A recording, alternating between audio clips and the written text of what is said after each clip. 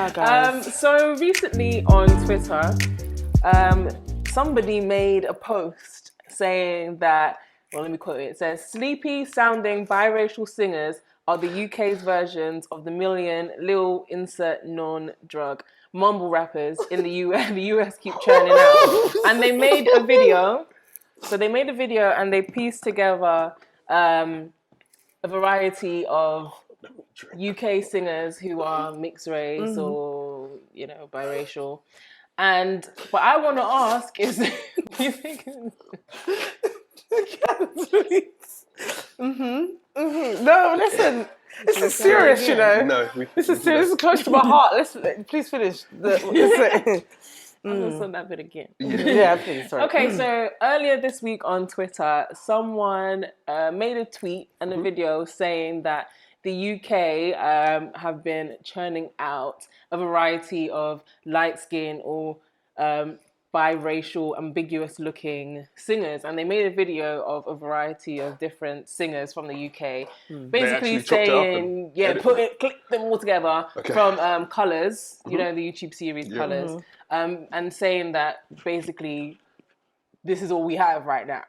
So I want to know if you agree, if let's say the hottest singers in the UK are all mixed race, or all sound the same.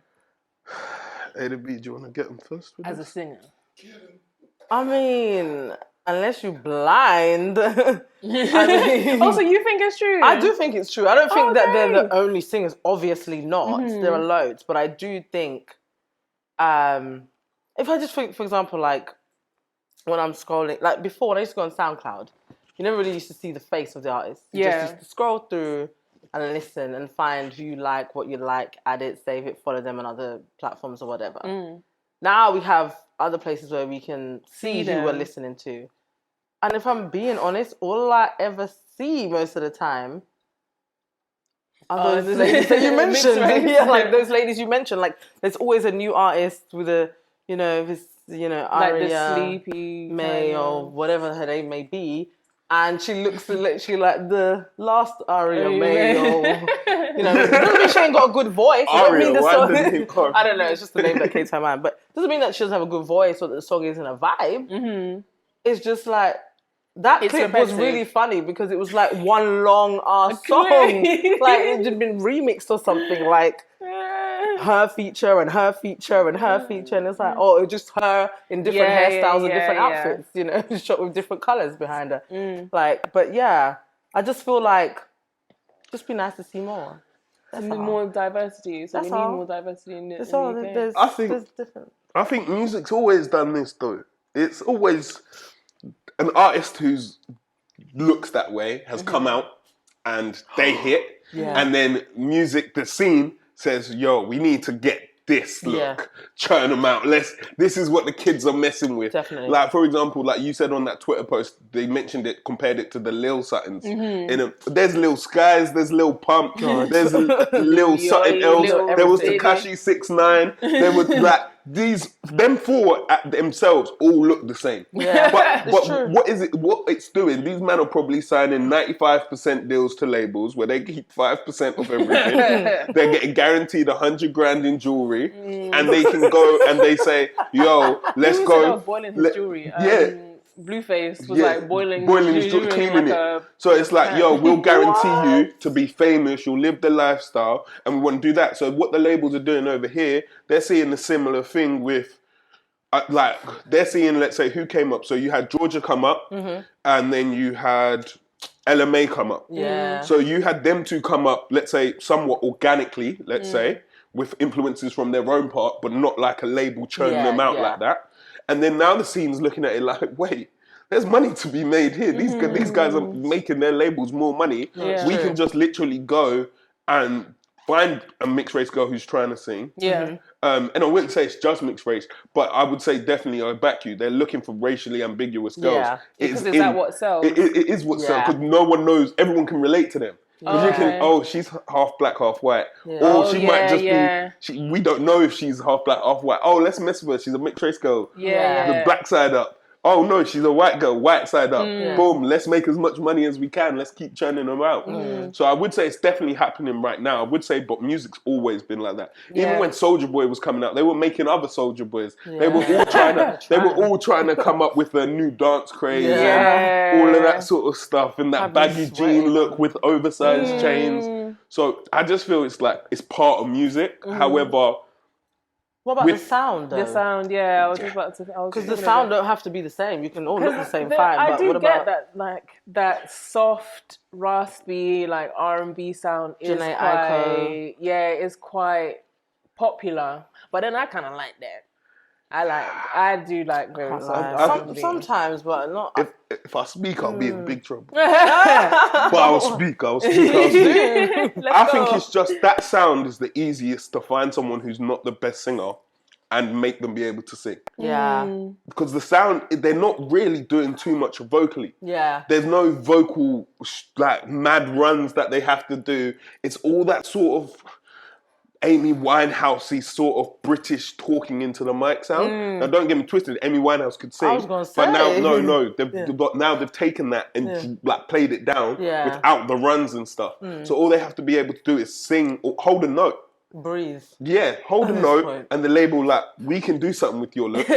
We can do that again. Do that again. We've got a song for you. Bring the writer in.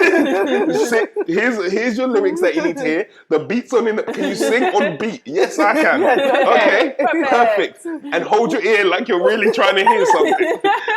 like you see them holding their ear. I'm expecting to hear a run. I'm like, woo! You're about to run like Mo Farah. Woo! Perfect.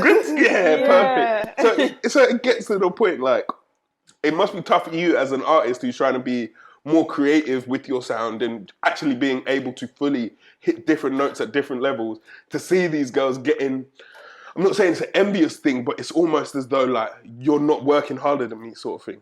Do you know what? I personally don't feel that, because I don't compare myself or put myself in the same category as any other artist, and that's not even to like big myself up. That's it. But it's just like no one's really heard me at my full potential. Only I have. I'm just like, when the time comes, they will. You'll see. But I'm not stressing about that. But the only thing that annoys me, because as a consumer of music, which I was first, I feel like I don't know. I miss music. Sometimes I'm like, I have to just go back to my old laptop, to my old playlist, to my old CDs to hear those runs, to hear that vocal delivery, to hear that creativity on the track, and not hear somebody whispering, What do you think, Anna? Whispering. I just don't want to hear it. Well, like I said, I do like that soft kind of raspy R&B. That's my flavour. That's what I dig. But like you said, I feel like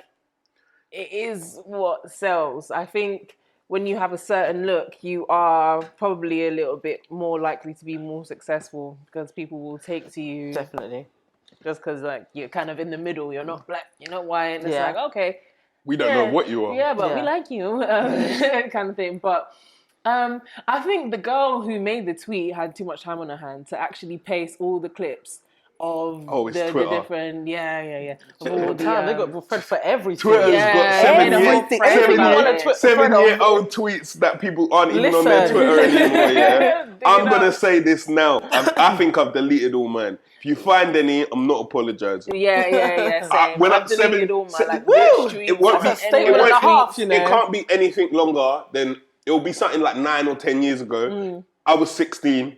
Come on. If I was 16, as long as I was a teenager at the time, I can't be held accountable. Do you know what I mean? Like, they keep finding, like, that girl who done the thread. How much time did you have to like paste all the videos together? She made one long video to show examples of what she meant. I mean, I get it, that's great, but like, don't you have a job or like something? Are Twitter paying now? Someone tell me. If Twitter are paying, are they paying for viral threads now? If they're paying for viral threads, I've got time too.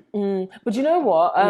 So I used to really, really like Colours. Like, I think it's a dope platform. I do. But then I do feel like some of the artists that are on there now, sometimes I'm just like, it's not as authentic as it I have noticed that actually was. It's kind of losing its knack. Like, And I you saw kind that of like- Vivo started the same thing. Yeah, everyone's doing I the whole saw that. microphone from the ceiling. I literally saw one. I think it was of Burna Boy. Burna Boy, yeah. And I was watching and I was like, This looks familiar. This ain't I colours. I think- What the hell is this? What people are copying colours, you'd say. Oh yeah, they're copying the style, but I feel like colours in general, It's they losing are putting more of the same kind of artists on their platform, or just really generic artists. I think it's what happens with a lot of these platforms. I think it just gets to a point where the labels are just colours are now so susceptible to the labels. Because the labels would have started paying colours at the beginning, and then realised, wait, when we put them on colours, their streaming goes up 40% or something.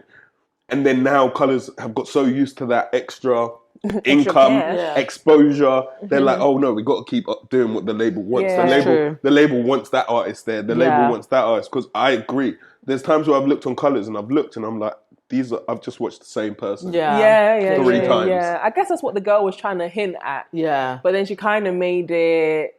She's kind of throwing shade in a way. Do you know? I can't remember the platform. But do you know what it is? Yeah, what I've Address it noticed differently. now is that it's really like everyone's really sensitive when it comes to music, and I don't get it because like it's a personal preference. Yeah. So you should be able to have an opinion on it. But I Music's feel like now sport. everyone's like, oh my gosh, like you can't say this about this person, you can't talk about this. It's too sensitive, and I'm like, why? Like, It's so. like, why? It's the I don't only. get it. I think it's the only thing like that's out there that people feel like, because it's a creative sort of thing. Yeah. But it's creative, but at the same time, there's facts and figures, and how it makes me feel. Absolutely. If music makes me feel a certain way, I'm more than allowed to express how it makes me feel. If it makes you feel a certain way, but people are like, oh no, it wasn't. It's not for you. Yeah. You shouldn't. Wait, if it's not for me, then surely I can say that it's not for me. But apparently, people are telling me that I'm not allowed to say that it's not for me because it's not for me. I think it's so weird. That make it make sense. Someone make it make sense.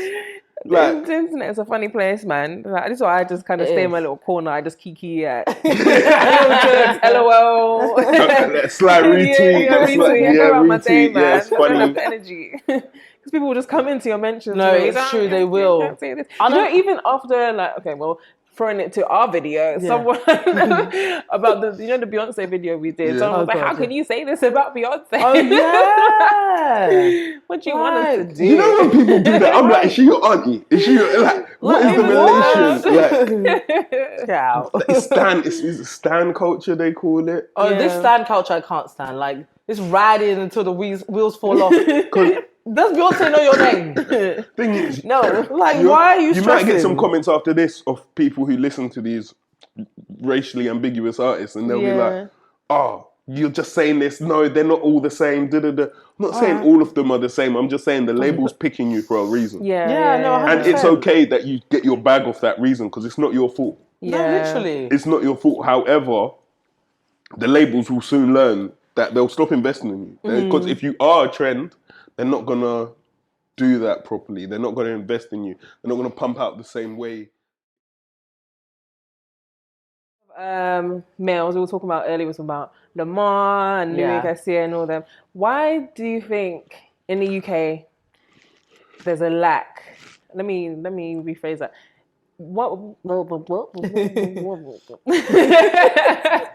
So earlier we were talking about Lamar, Louis Garcia, and Angel, all the artists that have kind of made the mark. But why do you think we don't have any major male R&B singers in this country? Personally, I feel like for example, growing up, a guy that sung, it was sort of just like girls would love him, of course, but like that was it, really. Do you know what I mean? Like that was literally it. Girls would rate him, maybe his friends or whatever, but that was really the end of that. Like I don't know, like I went to what was the event called? I don't even know if I should say the name of the event, but there's an event I used to go to quite often because one of my friends used to perform, and it would always just be a female audience. Yeah. Maybe 2-3 female Was singers. it But the rest an R&B was event? R&B event, yeah. But it was just, I don't know, just loads of guys singing as well. But that was it. It was just like really women, maybe a few guys here and there. But I literally just feel like they were just friends of the artist. And I'm just like, I don't know. I just don't think you're looking at it in the same way. I just don't think the market for it was really there. The focus really was like if you could MC, if you could, if you could rap or something. That was what was hot. That's what people wanted to hear. I know Cass is like boiling right now. Trying to tell me something, but this is just from my personal experience. I saw male singers because I liked them and that's what I was interested in. But they didn't really. I didn't see them anywhere else. From the start of time, and I'm saying this in between two females, so Father God, please protect me. Oh my God. Don't worry. Girls have liked bad boys. R&B singers weren't considered bad boys. That's why the MCs would get. You just said you got the MCs would get attention. No, that was in general. It's in general. I'm saying from the start of time, the bad boys. So when you heard a boy who could sing at church or come to school and he could sing, have vocals, all the girls at school would clap and be like, "Oh, you're amazing, you're amazing." Lunchtime, they're with the drug dealers by the smoking area. Not me. I'm not saying you, but Mum, that was not me. I was not part of that society. You know who I'm on about. You know who I'm on about. Yeah, so everyone would hear the guy singing lunchtime or what is it? What is it in the morning? You have assembly. Yeah, you'd hear him sing. They'd clap him, but all the attention would then shift back to the MCs, the bad boys who would do stuff that they weren't really meant to do. And it is just for that carries through to even now. And I'm not saying males aren't accountable for it, but when a male does R&B, they mostly do it for the females to come support them. And I just feel in the UK, the females don't really support male R&B. There'll be more girls at whose video was I watching the other day? It was a throwback video. I think it was a Section Boys back when video. There was more girls in that crowd than you would see at, let's say, I'll think of an R&B singer's name. Angel?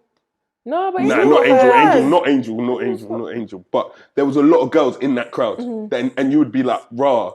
There's girls that will support like that sort of music, but the R&B scene is very scarce. Like Angel's the top. Yeah. You'll have up and coming R&B singers. For some reason, the UK scene at the moment isn't supporting them enough, and that's because what is hot right now? Drill, and that's being supported by boys. We are accountable too. Yeah, but the girls love a bit. Drill. Yeah, I think the girls are on it as well. What, I'm not on it, but but a lot of girls are on drill at the moment. Like Dig That, all of them, man. Yeah. Heady. What are the age group of these girls that like this kind of music? Like 18. Can't be no women who've got jobs, who've got bills to pay. Like, it just can't. Like, it's real. I'm just saying. You'd be shocked. London, maybe not in London, but you'd be shocked if you go to places like Manchester, you'll see 22, 23, 24-year-old girls fiending for these men. Oh my God. I remember I went to see, who was doing a PA? I think it was Heady One or something. He did a show in Newcastle or something. I didn't go personally, but I saw people who went. The girl that I knew who went was 24. Oh. Maybe they're fantasizing about a lifestyle. Maybe they feel like, once I get with this rapper, then now I can be getting, Chanel bags and be flued out to Dubai. I don't know because. But I think because we're from London, we know that don't happen. But them, they see it and they're like, "That's the dream." Amazing. Well, he's gonna take me to Dubai. So I feel like women are accountable for not backing male R&B, but I feel males are accountable for not backing. But the reason why I'd say the pressure or the fault is more on women than men is males don't even back, let's say, stateside R&B. We don't really, I don't know, none of my friends will go to a Jack Wee show. But I swear, were you at one? Yeah. My point. Yeah. We will never go to a Jack Wee show. Yeah. Like there were a couple R&B. But Babs loves what's the name? Brent Fires. Fires, yeah. He loves Brent Fires. True. And he did go to his show the other day. Yeah. True. It just depends. But I feel like, well, especially in London, like our music scene started off with grime and garage and all that kind of wave. So it really was like R&B. From a male perspective, hasn't really had the chance to penetrate, and now we're back on like the drill, the grime flex. Yeah. There's not really much room, like you were saying, but there are some R&B artists. I don't feel like they are getting the recognition that they Definitely probably not. deserve. Yeah. Who's the R&B artist in the UK? There's like Mel. Kadeem, Terrell. Yeah. That's one guy I really like. There's just King. Yeah. Who's really good as well. Sick artist, Let's see, and I can't even remember. Oh, there's what is his name? But I don't even know if he sings anymore now because he started off singing, but now I don't know, he does this like singing rap type thing. But Lavelle London, I used to really like him growing up. Lavelle Like London, I used to listen to him a lot. Yeah. There's Ryan De La Cruz. Yeah, there's I remember Ryan Dillon. He's been about for a minute, right? Yeah. So I remember him for a minute with guitar. Did he play guitar? Yeah, he plays guitar. And that's it for today's episode on the RNBRIT Show in partnership with Orbit Sound. Guys, you can get your 15% discount off using RNBRIT in all caps on their website at orbitsound.com. I've been your host, Ada B. I'm Cas PLC. And I'm Anna Marie. See you next time. Bye. Please like, share, comment, and subscribe. Oh, yeah. Jeez, Don't forget to do that. So important.